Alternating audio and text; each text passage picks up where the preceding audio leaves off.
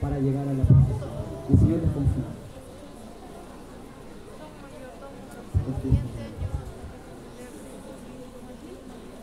Nuestros nuevos mayordomos, ¿cuáles son sus nombres, por favor? Recibimos a César Guamán Jurado como mayordomo y María Judith Celada López, que acogen este encargo tan importante. Pues agradezcámosle al corazón de Jesús y ofrezcamos todos en silencio nuestras oraciones por nuestro nuevo mayordomo y por los mayordomos que asumieron este año a nuestro Padre Jesús.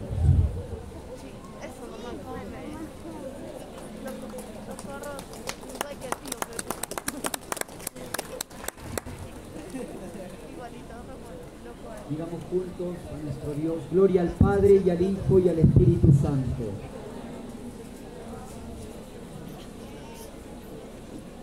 El Señor esté con ustedes. La bendición de Dios Todopoderoso, Padre, Hijo y Espíritu Santo descienda sobre ustedes. Muchas gracias.